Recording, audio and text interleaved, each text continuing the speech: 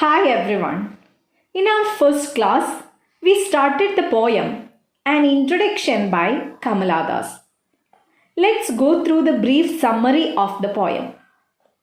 An Introduction by Kamaladas describes the poet's own mental and emotional state as she aged and pushed back against patriarchal society.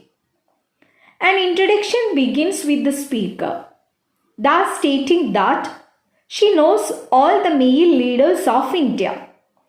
Their names are a part of her, a tribute to their overwhelming power.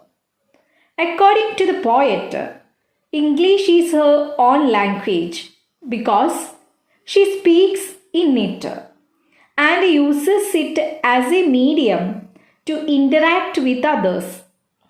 She has the freedom to choose whatever language she wants to speak in. Hence, English is her own language. This contrasts significantly with the lack of power she felt growing up and getting married at 16. She struggles with her identity and is finally able to step away from the traditional role of wife. Thus describes the way that men are able to move through the world with a solid identity. They are allowed their choices and emotions. In the last lines, she pushes back against this way of life by stating that she feels things that do not belong to the man she loves.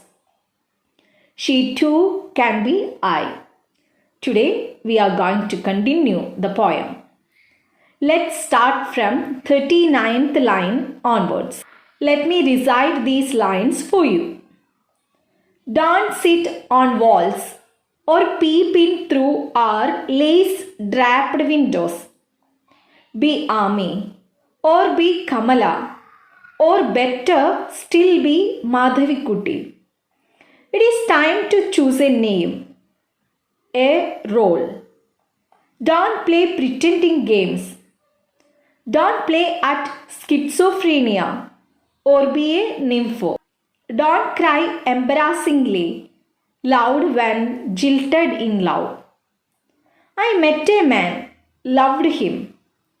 Call him not by any name. He is every man who wants a woman. Just as I am every woman who seeks love. In him, the hungry haste of rivers. In me, the ocean's tireless waiting. First, we are going through the glossary, then paraphrase of these lines. Peep. Peep means look quickly. Next word is schizophrenia. It means a disorder resulted in the misinterpretation of reality. പ്രവൃത്തികൾക്ക് ചിന്തകളും വികാരങ്ങളുമായി പൊരുത്തമില്ലാത്ത അവസ്ഥ ഉളവാക്കുന്ന മാനസിക രോഗം. Nympho, a woman with very strong sexual desires. Next word is embarrassingly.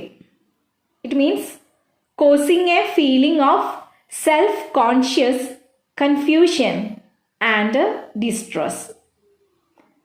Last word is jilted in love. It means had a sudden and unkind end of romantic relationship. We are going through the paraphrase. The society wants her to fit in to the standards of the society. Tells her to remain confined in the four walls of the home. But she is not going to listen. She chooses to move her life beyond the traditional and therefore expand her presence in the world. In the next lines, she explains to the reader that there are other circumstances in her life that break on that freedom. They are out of her control. She introduces this section by stating that she only felt older as she grew because she was told of her own physical changes. In the first two lines of the next section of an introduction, it becomes clear that the speaker is truly meant to be the poet herself. She wonders at her own identity and marvels over the fact that she can now be Ami or be Kamala, or better still be Madhavikutty. This is her interest in choosing her name. She doesn't want the name Das as a tail at the end of her name because it indicates to the patriarchal domination. She received her tail name Das from her husband Madhavadas' name. Poetess says it's better to call her Ami, Kamala, or still be Madhavikutty. Thus added another few reminders on behalf of the categorizers. She shouldn't play pretending games or cry embarrassingly loud. Her role as a woman is supposed to be meek, quiet, and contained. It is by this final name that the poet Kamaladas came to be known and is still called. Don't play at schizophrenia or be a nympho. People accused that she is schizophrenic and nympho. Schizophrenia is a disorder resulted in the misinterpretation of reality. Michel Foucault understood schizophrenia as a reflection of a society's inflexibility associated with an individual's mental condition. Nympho is a woman with strong sexual desires. Kamaladas' marriage was in her early age of 16. It stimulated her to feel sense of shamefulness to her femininity, which came before time. That's why Kamaladas tried to overcome her femininity being tomboyish.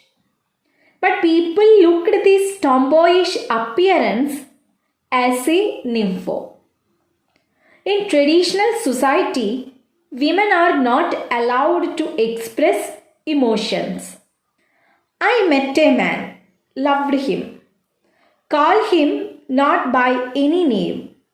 He is every man who wants a woman, just as I am every woman who seeks love.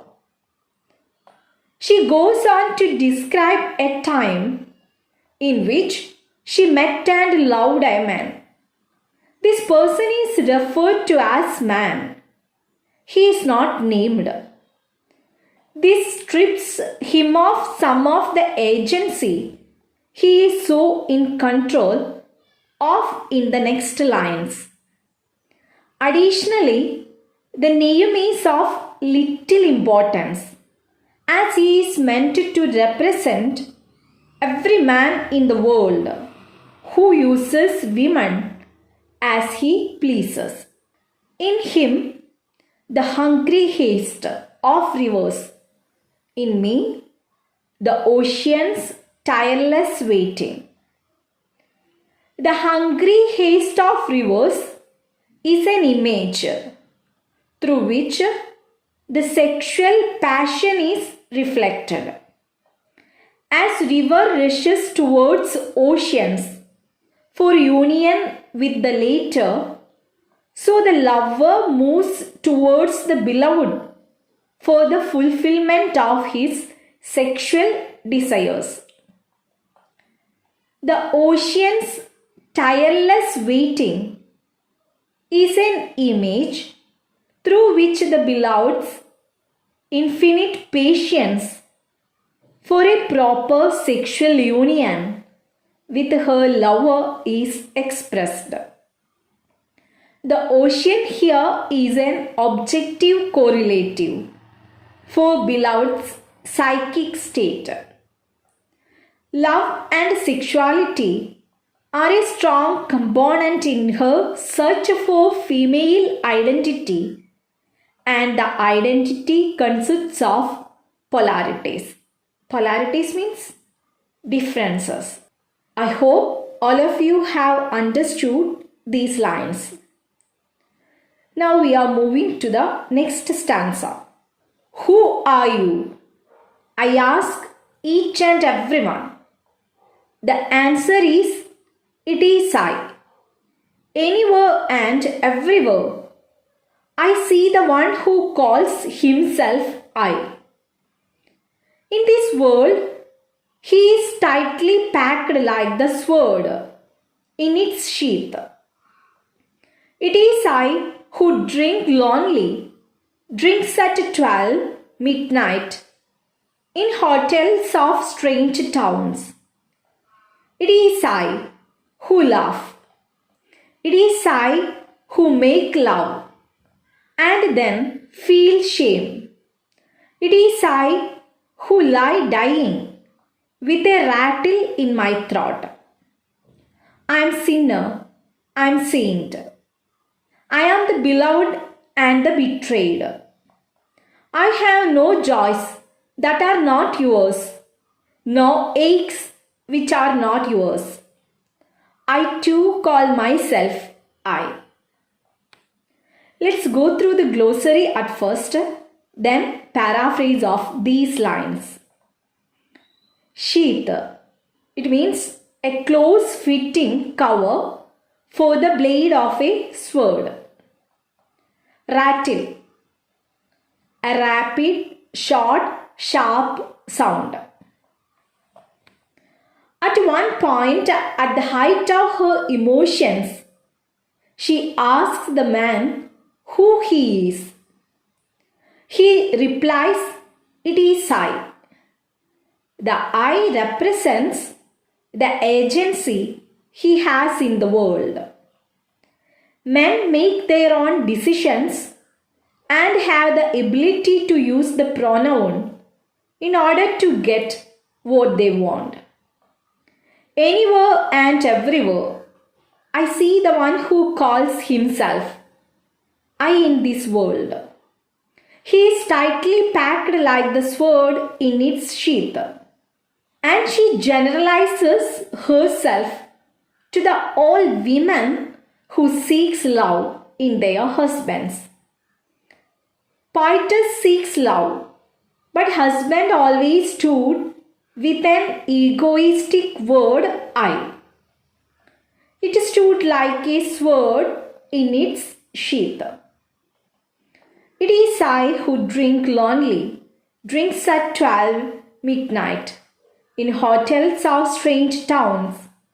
It is I who laugh, it is I who make love. A person of this nature is able to go and drink at 12 and stay in hotels of strange towns. As the lines continue, the division between the speaker and the I is blurred. He calls himself I. Kamaladas felt ashamed of this domination over her. Always we see a patriarchal society around us. Here Kamaladas also experiences the bitterness of patriarchal domination from her beloved too. That's why poetess generalizes her husband to the husbands of every woman. I am sinner, I am saint. I am the beloved and the betrayed. An introduction begins its conclusion with the speaker acknowledging the constant presence of I around her. In the world, she is a part of there are I men everywhere she looks. Eventually, a reader comes to understand that she is trying to come to terms with her own independence and identity as both a saint and a sinner. The poet says that she is a sinner as well as a saint. That is, she has committed mistakes and also has done a lot of good things. She has been loved as well betrayed. Hence, she possesses all the qualities of humans. Hence, she should be treated as a human rather than an object. The lines depict poets' sharp criticism of patriarchal society, in which a woman is not more than an object and is never allowed to live her life. I had no joys that are not yours, no aches which are not yours. I too call myself I. She is trapped between her own need for free life and the world which tries to keep her contained. The final statement is one of protest and resistance. Thus states that she has aches which belong to no one but herself. She too can be I. The poet sums up her introduction by identifying herself with countless others around, all of whom represent a bundle of contrary features. When the poem comes to its end, the egoistic I slowly migrates to poetess. She also starts calling herself I, as the role of reversal occurs. The women too represented to become I, extending to the pinnacle of self-assertion. Now she gets the confidence to declare that I. An introduction by Kamaladas is really a wonderful piece of work. Now we are going through the themes of the poem and introduction.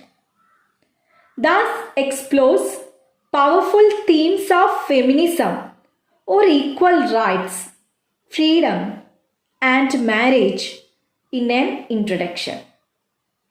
This poem is a very clear feminist statement that advocates for free choice for all women. This is in regards to every aspect of life. But the poet puts a special emphasis on marriage.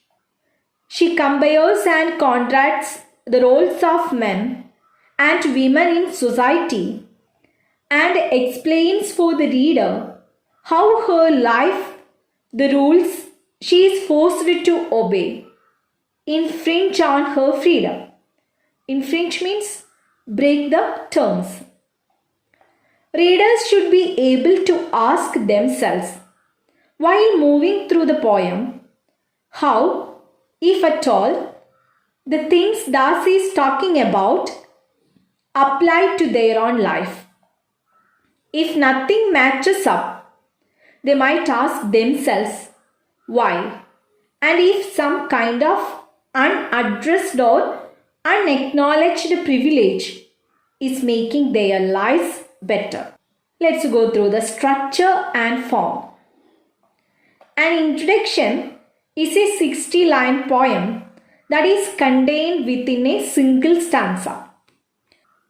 The lines range from 3 words up to 11 and do not follow a specific metrical pattern.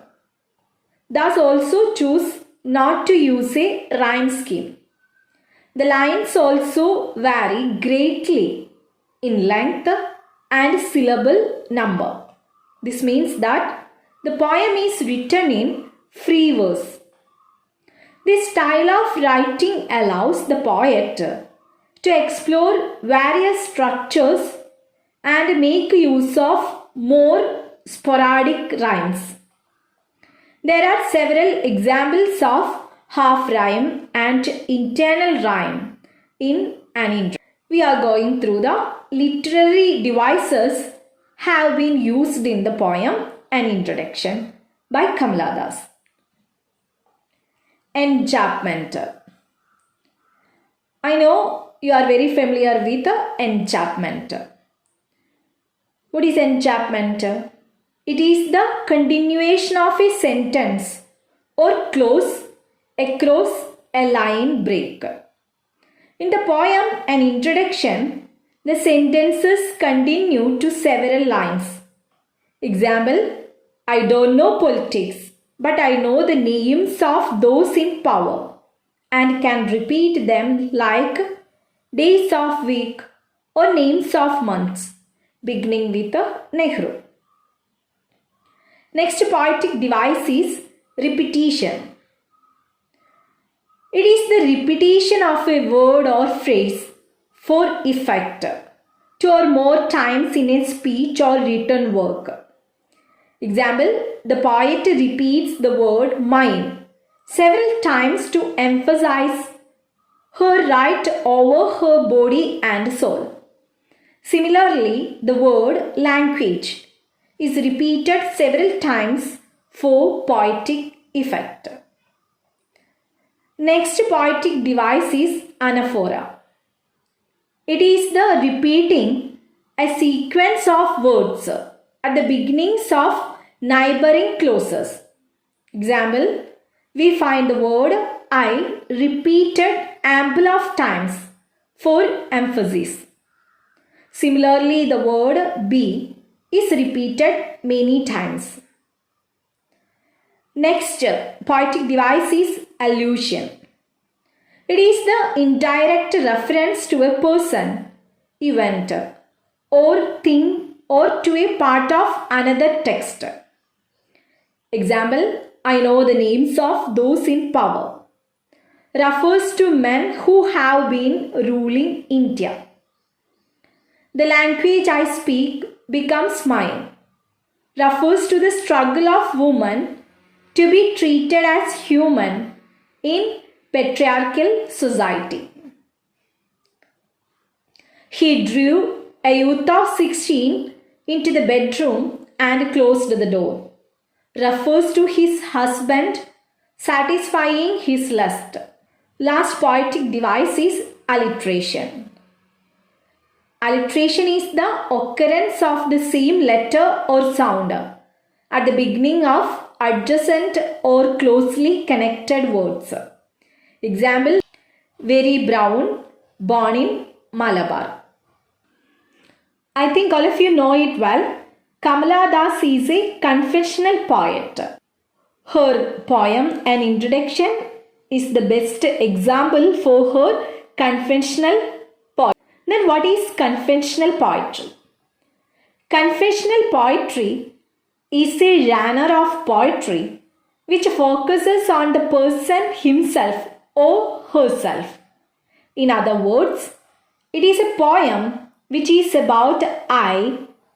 In confessional poetry, the poet describes himself, his good and bad experiences, his psyche, the trauma which he has suffered and undergone, and the way he lives or sees the world and the people around.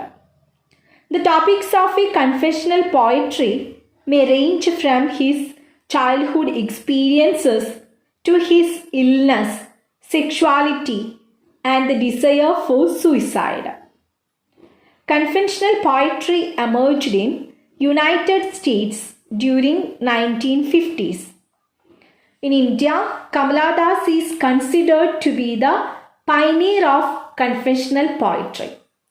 Her poems like An Introduction, The Looking Glass, Words, The Old Playhouse, etc. are all confessional poems in which she describes her painful experiences as a woman and as also as a suppressed wife. An Introduction by Kamaladas is a confessional poem in which she is talking about herself. The whole poem is about her miserable life as a woman in the patriarchal society. In the very beginning, the poet says that the names of all the rulers of our country that she remembers do not have females. So our country is patriarchal, in which women have no place. She then narrates how she is often criticized for talking in English. She further tells us that she was married off to an old man in young age, as her body seemed to be mature. According to her, her husband would use her for satisfying his lust. He had no intention of loving or understanding her. Kamala further says that she did not like her womanly body and hence she tried to become a man.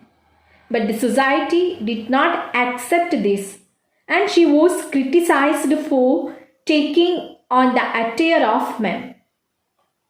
Finally, she says that she is a human being and thus desires to be treated like one. She does not want to be a toy or an object of sexual pleasure. Thus, the whole poem is about Kamaladas and her own life.